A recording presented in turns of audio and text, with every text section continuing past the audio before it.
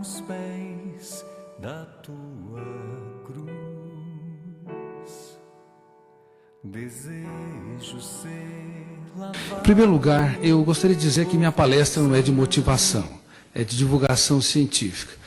Em segundo lugar, eu quero referendar aqui o que já foi dito, que atitudes pontuais não vai resolver o problema. A problemática da farmacodependência exige uma agenda contínua para que possamos atuar como atores principais no teatro social. Caso contrário, nós vamos estar realizando eventos que não surtirão uma praxe, um efeito capaz de mudar o status quo desse grave conflito psicossocial. E no mundo todo se faz conferências, e no mundo todo a eficácia é muito pequena. Eu vou falar sobre o funcionamento da mente para que possamos chegar a algumas conclusões e depois abordar sobre os programas que nós temos trabalhado. Queridos amigos, Freud, Jung, Adler, Piaget, Vygotsky, Schopenhauer, Hegel, Kant e tantos outros pensadores na filosofia e na psicologia usaram o pensamento pronto para produzir teorias sobre a formação da personalidade. Mas poucos pensadores arriscaram-se a estudar de maneira sistemática como se constrói os pensamentos e como se forma o eu como autor da própria história. Isso gerou uma lacuna sem precedentes. Até hoje, nós não entendemos por que o ser humano não é protagonista da sua própria psique. Ele dirige carros, empresas, dirige aeronaves, mas é um péssimo diretor do script da sua própria história. É um péssimo gestor dos seus pensamentos e das suas emoções.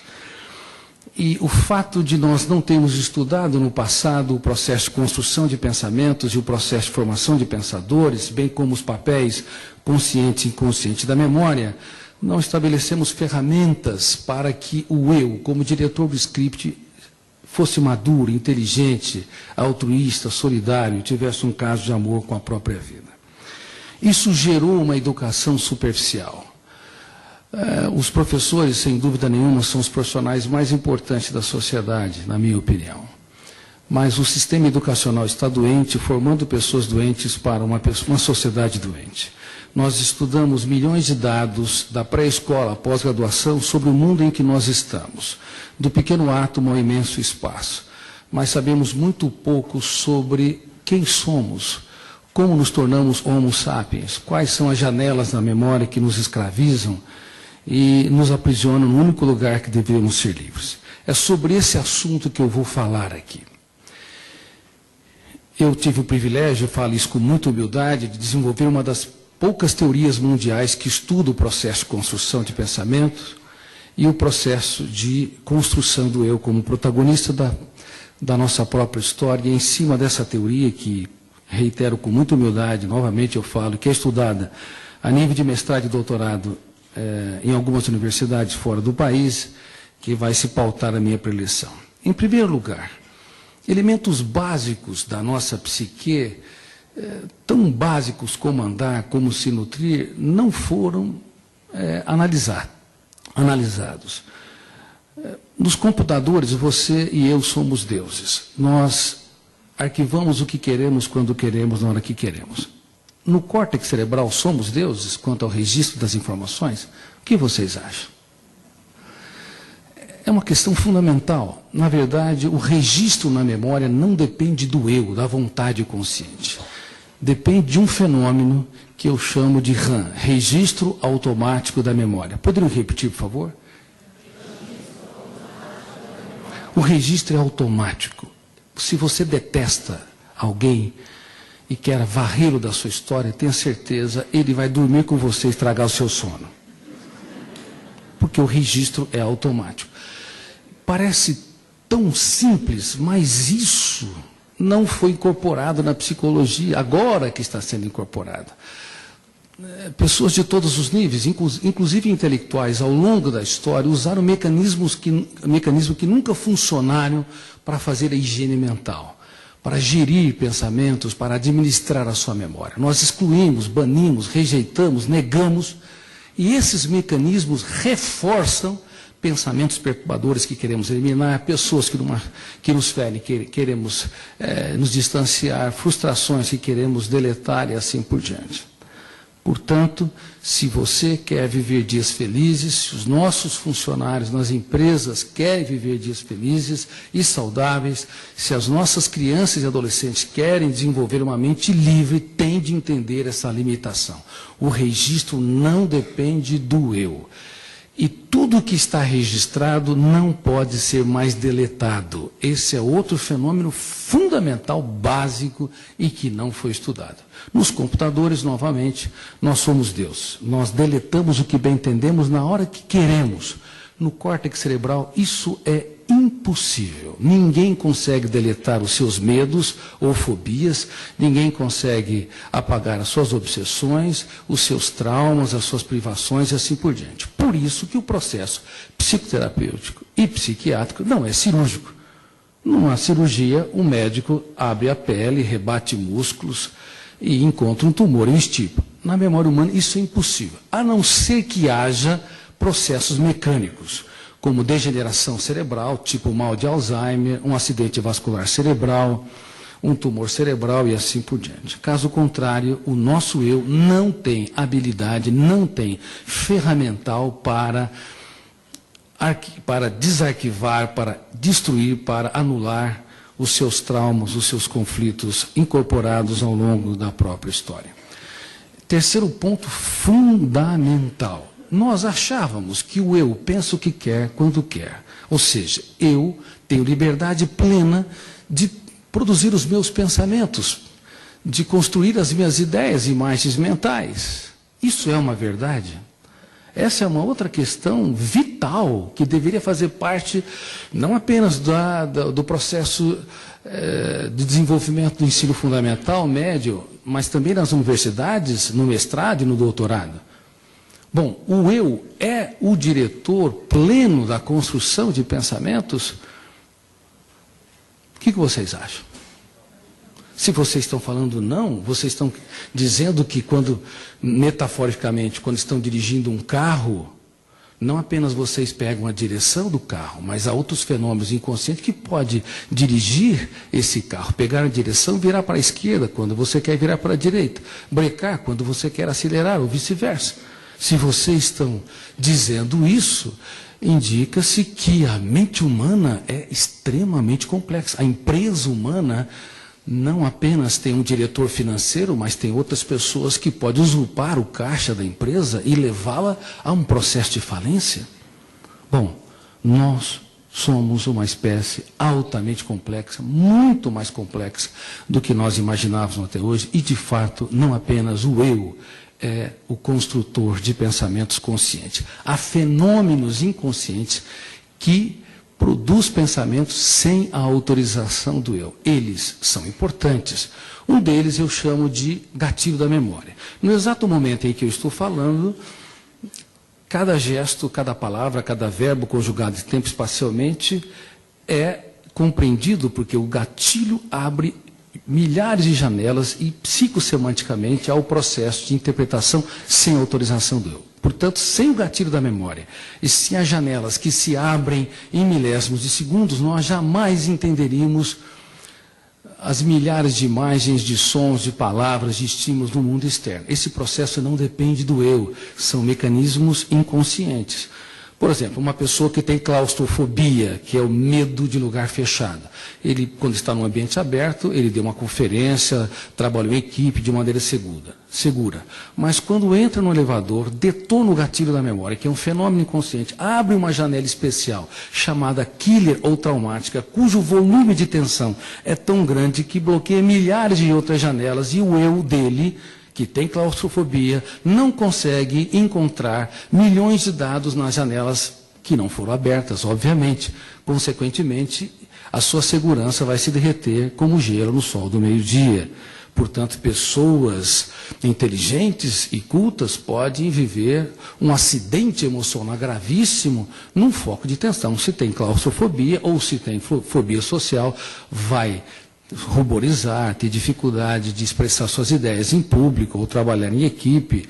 Se tem obsessão, vai ler continuamente uma janela por fenômenos que o eu não autorizou e vai produzir uma série de ideias fixas de conteúdo negativo. Ou seja, o eu, ele deveria ser um grande gerente da psique humana, da grande empresa chamada psique humana, mas ele não é preparado para ser o gerente, ele frequentemente é imaturo, ele não sabe gerir pensamentos, não sabe proteger a emoção e não sabe desatar as armadilhas da mente. É por isso que eu escrevi esse livro que eu estou publicando agora, Armadilhas da Mente. E nesse livro eu faço uma abordagem que eu fiz, inclusive, há poucos dias, quando eu dei conferência para mais de 1000 auditores da Receita Federal. Eu brinco com eles, os profissionais mais temidos e não amados. Que são pessoas que eu tenho o maior respeito e a maior consideração. O eu deveria fazer uma auditoria da nossa psique para avaliar as nossas mazelas e misérias, avaliar os nossos conflitos, a nossa insegurança, a nossa dificuldade de gerir a nossa própria psique. Mas esse eu não foi treinado para fazer auditoria. Nós fazemos auditoria das nossas empresas, fazemos auditoria contábil, financeira, na área de produção, mas não fazemos auditoria da nossa própria psique. Não sabemos que devemos fazer a mais importante viagem que um ser humano deve empreender, uma viagem para dentro de si mesmo. Inclusive psiquiatras, psicólogos, que podem ser ótimos para ajudar os outros, acabam frequentemente não fazendo essa auditoria e, pelo fato de lidar com mazelas e misérias dos seus pacientes, não protege a sua emoção e também adoece com mais facilidade, tem mais propensão para transtornos psíquicos.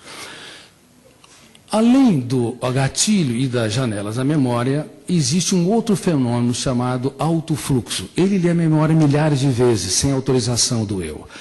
Qual o objetivo? Produzir a maior fonte de entretenimento. A maior fonte de entretenimento é ou deveria ser não o sexo, a TV, o esporte, a literatura, a música, que são importantes, mas não deveria ser a fonte mais importante. Essas fontes são fontes colaterais. A fonte mais importante deveria ser o mundo das ideias, das imagens mentais, dos pensamentos produzidos pelo fenômeno do autofluxo. É ele que é responsável. No sonho, quando o eu repousa, no sono, quando o eu repousa-se, ele começa a produzir ambientes, circunstâncias, personagens e assim por diante. E durante o estado de vigília, ele é o grande responsável para você lembrar dos seus filhos, resgatar o futuro, ruminar o passado, criar circunstâncias, ambientes e assim por diante. O autofluxo tem um papel vital. Quando ele não consegue trabalhar uma série de imagens mentais, circunstâncias, ambientes para entreter, aspirar, inspirar, sonhar, fazer o ser humano sonhar, nós temos uma insatisfação de base inexplicável. Ainda que possamos ser aplaudidos e reconhecidos, nós vamos desertificar o território da emoção. E eu quero dizer isso, que os níveis de insatisfação são tão contraídos na atualidade, que a estabilidade da emoção é tão pobre e o nível de profundidade de prazer é tão diminuto que isso tem propiciado com que jovens e adultos no mundo todo partem para o uso de drogas. O Homo sapiens, nossa espécie, não está trabalhando os fenômenos mais importantes que nos tornam exatamente sapiens, que nos tornam seres humanos pensantes. Os fenômenos colaterais, os fenômenos coadjuvantes, os atores coadjuvantes que deveriam colaborar com o eu, para produzir entretenimento, criatividade, inspiração, eles têm conspirado contra a qualidade de vida, porque, tanto em termos de qualidade quanto em termos de excitabilidade, eles foram alterados. Eu quero dizer o seguinte, que no passado o número de informações dobrava-se a cada 200 anos, hoje dobra-se a cada 1 ano, e como nós temos um fenômeno que arquiva tudo automaticamente, como é que ele chama? Registro automático da memória. No centro da memória, chamado MUC, memória de uso contínuo, que deveria ser 1 a 2% da memória, que metaforicamente na cidade significa as farmácias que você frequenta, as ruas que você vai, os supermercados. Você frequenta no máximo 1 a 2% da cidade onde você mora, principalmente nas cidades médias e grandes. Na memória humana, nós frequentamos uma zona especial chamada MUC, Memória de Uso Contínuo. Mas o excesso de informação na atualidade tem saturado o centro, estimulando o fenômeno do alto fluxo a produzir pensamentos numa velocidade nunca antes vista, gerando uma síndrome que eu tive a felicidade de descobrir e a infelicidade de saber que grande parte da população mundial é acometida por ela e está na base do uso de drogas, uma das grandes causas. Essa síndrome se chama Síndrome do Pensamento Acelerado. Poderiam repetir, por favor? Pensar é bom, pensar com consciência crítica é ótimo, pensar demais é uma bomba contra a qualidade de vida. E eu quero dizer que a problemática drogas é apenas um dos graves problemas que estão se anunciando na atualidade. A qualidade de vida nunca esteve tão baixa. Para vocês terem uma ideia, 80% dos jovens estão apresentando sintomas de timidez e insegurança. E isso é gravíssimo, poderá contrair a criatividade, a mobilidade do pensamento, a ousadia, a capacidade de sonhar, de ter disciplina, assim por diante.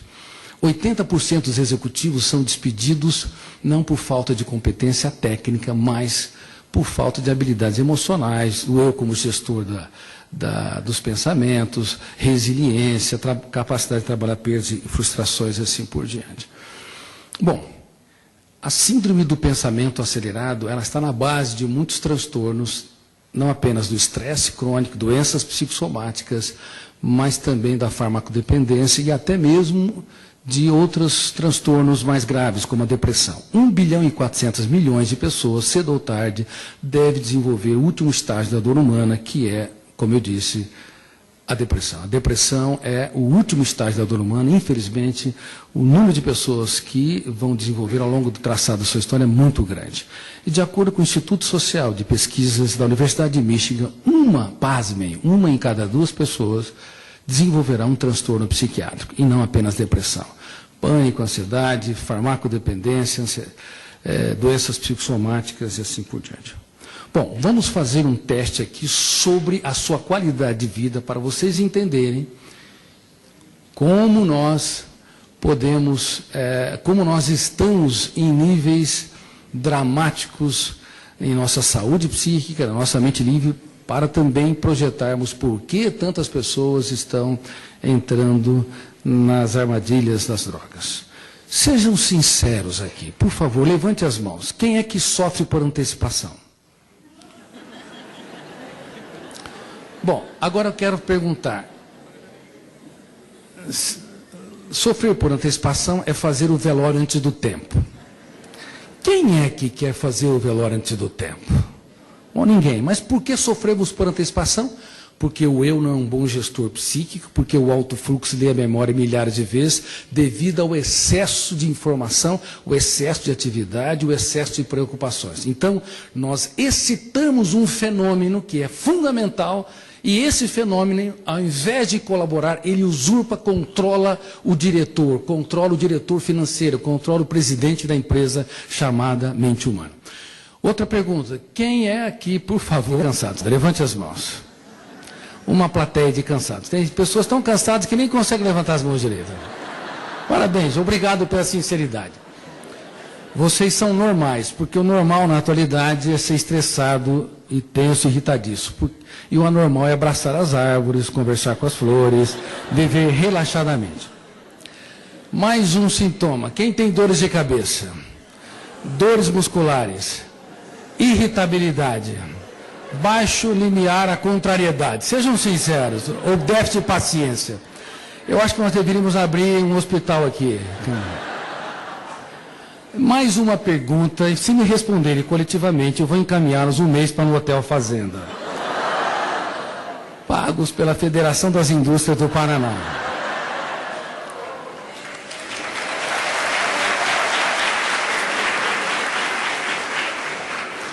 Por favor, quem é que tem déficit de memória ou esquecimento? Levante as duas mãos.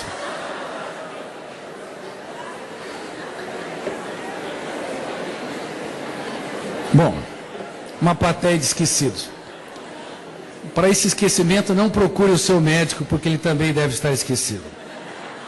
O déficit de memória ele representa um grito de alerta do cérebro para o eu, que não consegue gerir pensamentos, ter um caso de amor com a qualidade de vida, proteger a emoção e administrar os pensamentos. Como nós não conseguimos, ele dá o grito, ele apaga os campos da memória na tentativa de pensarmos menos e protegermos mais a homeostase, o equilíbrio psíquico. Como não conseguimos, não apenas ocorre o déficit de memória, mas também uma série de sintomas psicossomáticos, como eu disse, dores de cabeça, dores musculares, dor na garganta, opressão, diarreia quando está tenso, até o câncer. Nós estamos muito preocupados com a explosão de índice de câncer, de tumores cancerígenos, que não se explica apenas pelo controle, pelo tabagismo, alcoolismo e poluição ambiental, pesticida e fatores genéticos. O ser humano hiperpensante, ele agride constantemente o seu corpo, e na época eu me formei na faculdade de medicina, 1 em 20 desenvolveu câncer. Hoje, pasmem, 1 a 4 a 5 pessoas. Aumentamos em 400 a 500%, e com os colegas que eu tenho desenvolvido pesquisas, inclusive ligado a Harvard, tenho dito que o ser humano, o eu, que não é trabalhado para ser autor da própria história, ele pode agredir constantemente o seu cérebro e todo o seu corpo. Isso pode ser um fator também, junto com outros, que desencadeia ou acelera essas células egoístas que se multiplicam sem nenhum controle. Queridos amigos, essa é a situação do ser humano moderno. Nós mexemos na caixa preta do funcionamento da mente. Agora, uma outra coisa. Falei da síndrome do pensamento acelerado. Agora quero falar da síndrome do circuito fechado da memória, que também tive o privilégio de descobri-la, e a infelicidade de saber que grande parte da população mundial é cometida por ela. A síndrome SPA, ela leva a um baixo limiar para a frustração, uma incapacidade de lidar com contrariedade, uma dificuldade de traçar projetos de vida, estabelecer critérios saudáveis para ter uma mente livre e, consequentemente, em pessoas mais fragilizadas, talvez não na maioria de vocês, mas as pessoas mais fragilizadas, elas acabam usando o álcool etílico, que é uma substância socialmente aceita e comercialmente livre, a cocaína, o crack, que são drogas ilícitas, como fator para aliviar a sua ansiedade, ou então como fator para produzir prazer, já que há um déficit enorme de encantamento, de alegria, de satisfação nas sociedades modernas. Quero dizer também que a síndrome do pensamento acelerado pautou por baixo o nível de autorrealização. Nós estamos na era da indústria do entretenimento. Qualquer criança, adolescente, por mais pobre que seja, tem acesso a horas por dia de televisão, ou de jogos de videogame, ou de outras brincadeiras que poderia propiciar o prazer. Nós deveríamos ter, neste século, a geração mais feliz e contemplativa de todas as outras gerações. Mas estamos diante da geração mais triste, mais insegura, mais insatisfeita. A síndrome do pensamento acelerado nos leva a precisar de muitos eventos para ter migalhas de satisfação. Eu já tive a oportunidade de tratar de celebridades internacionais, de pessoas multimilionárias, e eu vi muitos miseráveis morando em palácios, porque eles eram ótimos para a sociedade, mas não eram para si. Eles não aprenderam a refinar o seu eu para fazer das pequenas coisas um espetáculo aos olhos. Eles não aprenderam a gerenciar pensamentos e a proteger a sua emoção. Portanto, queridos amigos, a atualidade, a problemática das drogas, elas devem ser compreendidas a partir do funcionamento da mente. O que está errado? Aonde nós alteramos? Quais são os mecanismos que se tornaram doentios para fazer com que esse Homo sapiens não seja livre? Não faz muito tempo eu dei uma conferência no Supremo Tribunal Federal, e ali eu disse que nunca, numa sociedade livre, quando eu falo sociedade livre, eu falo sociedades modernas, democráticas, Nunca, numa sociedade livre, houve tantos escravos, no único lugar que é inadmissível ser um prisioneiro. Escravos dentro de nós mesmos. E a síndrome do circuito fechado da memória, mais do que a síndrome do pensamento acelerado, encarcera o ser humano. Bom, eu disse que o registro é automático e involuntário, e ele forma janelas. Grande parte das janelas são neutras, tem número telefônico, números de endereços das pessoas, informações básicas das empresas, das escolas, assim por diante. Mais de 90% de todas as milhões de informações estão dentro das janelas que são neutras. Mas há dois grupos especiais de janelas, um chamado traumática, conflitante ou killer, e a outra light, que ilumina o eu, estimula a consciência crítica, a capacidade de se colocar no lugar do outro, a capacidade de criar, de pensar multifocalmente, de racionalizar nossas mazelas. Então, as janelas light são importantes, elas vão definir nossos níveis de paciência, tolerância, generosidade, altruísmo. E as janelas killer, elas têm um alto volume de tensão. Quando você entra lá, o volume de ansiedade bloqueia milhares de outras janelas, fechando o circuito da memória, fazendo com que o Homo sapiens reaja como Homo bios. O ser humano inteligente e culto, ele pode reagir instintivamente, reagir sem pensar e, consequentemente, cometer os maiores erros da sua vida nos primeiros 30 segundos, onde ele está sequestrado por uma janela killer. A síndrome do circuito fechado da memória, então, gera incapacidade de pensar antes de reagir, de se colocar no lugar do outro, de pensar a longo prazo, de ter um caso de amor com a nossa qualidade de vida, de dizer não diante das contrariedades e de não submeter à influência dos outros quando essa influência é doentia. Agora, imagine que os adolescentes, eles estão numa fase onde estão formando a base das janelas lights. E quando existem janelas killer, medo do que os outros pensam, falam de mim, angústia, ansiedade, humor depressivo, naquele exato momento, quando entram numa janela killer e também quando estão debaixo da síndrome do pensamento acelerado, diminui a consciência crítica, diminui a capacidade de ser autônomo, de ter opinião própria. Naquele momento, ele cede ao uso de drogas, mesmo que nas escolas falaram-se algumas vezes, não de maneira não profunda, mas abordaram o assunto, os pais abordaram o assunto e assim por diante. Naquele momento que se fecha o circuito da memória, ele não consegue pensar a longo prazo, não consegue ser autônomo, ter consciência crítica. Isso também ocorre com os funcionários nas empresas. Quando estão angustiados, insatisfeitos e presos por janelas traumáticas, eles podem partir para o primeiro uso. E o problema é que uma cocaína, um crack, o volume de estimulação é tão grande que forma uma janela killer especial, não apenas traumática, mas duplamente traumática, chamada janela killer duplo P. P de poder, power, poder de encarcerar o eu e poder de deslocar a maneira de nós vermos, interpretarmos e sentirmos a vida. O killer, o volume de tensão é tão grande que numa outra experiência, quando está angustiado, ou quando pensa nas drogas, quando alguém pressiona, ou está num ambiente social, entrou naquela janela que tem experiência inicial do uso de drogas, e ele fecha o circuito da memória e parte para o novo uso. Portanto, o querido secretário de antidrogas de Cascavel, quero dizer que mesmo bons pais, mesmo educadores maravilhosos, empresários fascinantes, professores, médicos ilustres, podem gerar filhos que aprisionam-se, sequestram-se nos solos da sua memória, porque o volume emocional, o volume de estimulação, o grau de ansiedade gerada por uma droga no exato momento em que a pessoa usa, ele pode, por si mesmo, construir essas masmorras intrapsíquicas. O álcool etílico, no entanto, o álcool ele demora cerca de 6 anos para se produzir uma dependência. A heroína gera uma dependência física importante 1 semana depois de injetada a droga. Geralmente é injetada a heroína. Então se produz uma dependência física e psicológica alta. O álcool etílico também produz uma dependência física, mas como é ingerida e o efeito psicotrópico é menor do que o efeito dos opiáceos, então demora muito mais tempo. Claro que vai depender do tipo de personalidade, do metabolismo da pessoa, da carga genética, aí o processo pode ser acelerado ou prolongado.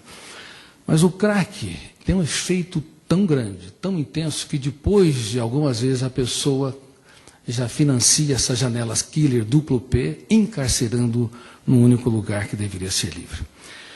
Queridos amigos, falando sobre o circuito da memória, nos primeiros 30 segundos eu disse, nós cometemos os maiores erros da nossa vida e os usuários também. Palavras que nós nunca deveríamos dizer para as pessoas que não são caras, são ditas nesses exatos momentos. Atitudes que nunca deveríamos tomar diante das pessoas que nós escolhemos, da pessoa que nós escolhemos para dividir a nossa história, são produzidas. Professores jamais deveriam expressar certas atitudes para os seus alunos alienados, arredios, ou que têm atitudes inadequadas.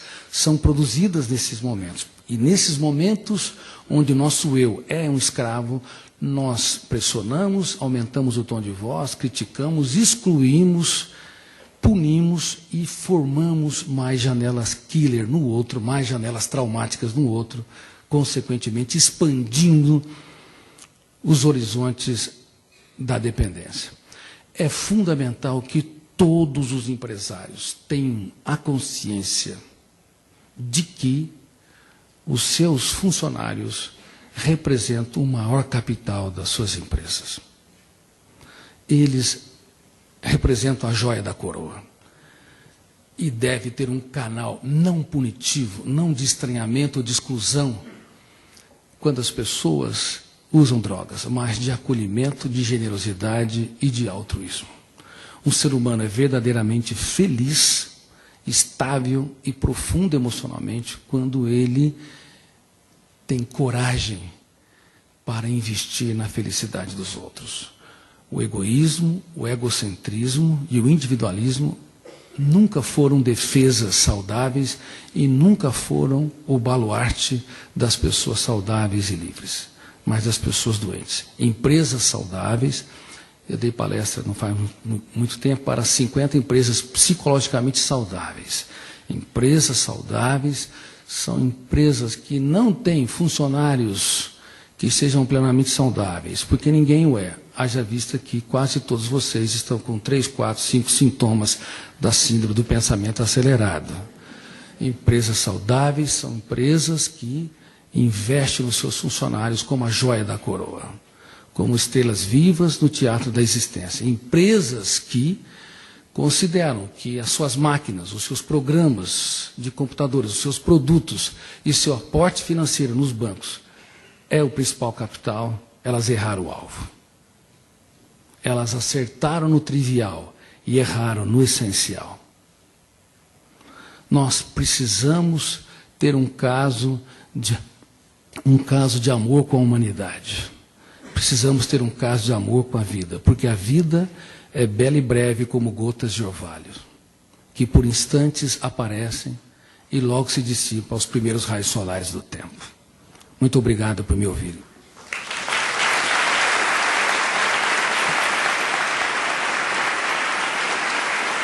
Muito obrigado. Muito obrigado.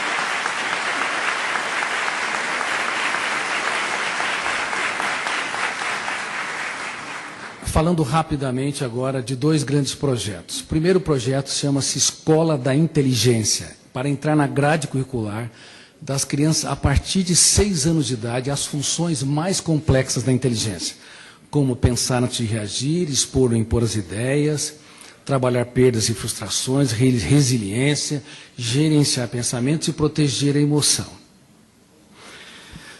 Nós vamos às lágrimas ao vermos os resultados. Há mais de 100 mil alunos já vivenciando o projeto Escola da Inteligência, prevenindo o uso de drogas, prevenindo transtornos psíquicos, debatendo ideias, inclusive melhorando o rendimento intelectual. Uma aula por semana, com sistema lúdico, áudio, audiovisual.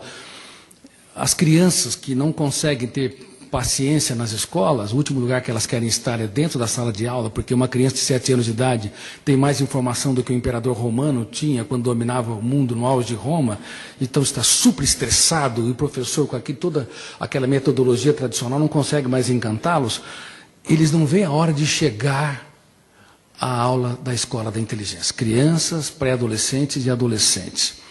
E é muito fácil de ser aplicado e nós democratizamos o acesso e eu renunciei aos direitos autorais do programa Escola da Inteligência para que ele possa ser aplicado em orfanatos gratuitamente e jovens em situação de risco. Muito obrigado. Quem quiser conhecer o programa, eu vou dar o site. Nós estamos apresentando para o SESI aqui também, pelo Flávio Ars, é www.escoladainteligência.com.br. Só para vocês terem uma ideia, quanto tempo nós temos para fazer higiene corpórea? Tomar banho? A cada 24 horas? Claro que algumas pessoas tomam banho a cada 2 ou 3 dias, ou 4 dias. Outras, eu já tive caso, eu fiz cerca de 20 mil atendimentos psicoterapêuticos e consultas psiquiátricas. Eu atendi o caso de uma pessoa que tomava 40 banhos por dia. E para fazer a higiene mental, quanto tempo nós temos? No máximo 5 segundos. Produzir uma ideia perturbadora, o teu eu tem de desenvolver a arte da crítica, da dúvida, para reciclá-la enquanto a janela está aberta para o fenômeno RAM não operar o processo de registro, depois nós não conseguimos deletá-la. Aí nós acumulamos lixo ao longo da história. E as crianças estão aprendendo o que nós não aprendemos. Bom, e o outro programa chama-se Free Mind. Free Mind, no inglês, mente livre, emoção saudável. Esse programa Free Mind também desenvolveu ao longo de 10 anos e ele é plenamente gratuito. Nós temos vários livros, nós confeccionamos através do aporte de várias empresas, onde nós estamos disponibilizando não apenas para as comunidades terapêuticas, mas também para as instituições, inclusive as empresas. FreeMind tem 12 ferramentas. Citei várias delas. Proteger a emoção, gerenciar pensamentos, os papéis consciente e inconsciente da memória, o autodiálogo, o diálogo interpessoal, o empreendedorismo, a capacidade de reeditar o filme do inconsciente, a capacidade do eu ser autor da própria história. Nós também ficamos extremamente comovidos com o programa, porque ele não apenas previne e reeduca a emoção no caso das pessoas que já estão usando, mas também ele estimula a promoção de qualidade de vida. Eu acho que quase todos vocês precisam praticar o Free Mind. Deveriam procurar um profissional de saúde mental. Brincadeira à parte, quase todos vocês precisam de refazer a sua agenda. Quem é aqui, por favor, que já foi traído de alguma forma? Levante as mãos. Tá, ótimo. Eu não vou perguntar aqui quem já traiu, porque seria indelicado. Mas eu quero dizer que todos nós já traímos. Traímos nosso sono, nossos finais de semana, a nossa qualidade de vida. Traímos o território da emoção. E o programa Free Mind é para resgatar todo esse processo. Eu quero dizer aqui que vocês acabaram de ganhar 500 livros do projeto Free Mind.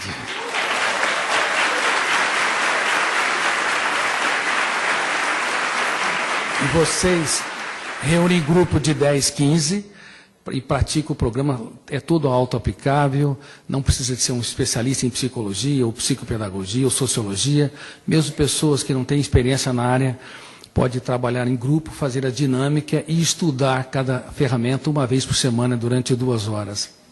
Nós também ficamos extremamente emocionados com o resultado. Bom, eu encerro a minha abordagem, depois ajudarei aqui no debate, dizendo que todo ser humano é um cofre. Não existe mentes impenetráveis ou irrecuperáveis. Existem chaves erradas. Não arrombe o cofre das pessoas. Quem é que já tentou mudar aqui uma pessoa teimosa? Levante as mãos. E quem é que conseguiu? Então, por favor, por que insistem? Não arrombe o cofre. Abra um canal de diálogo aberto com os funcionários da sua empresa. E, usando aquela frase do nosso querido amigo, as pessoas que mais precisam são aquelas que nós devemos investir mais, porque ninguém é desinteligente ou irrecuperável. devemos nos fazer pequeno para tornar os pequenos grandes. Muito obrigado.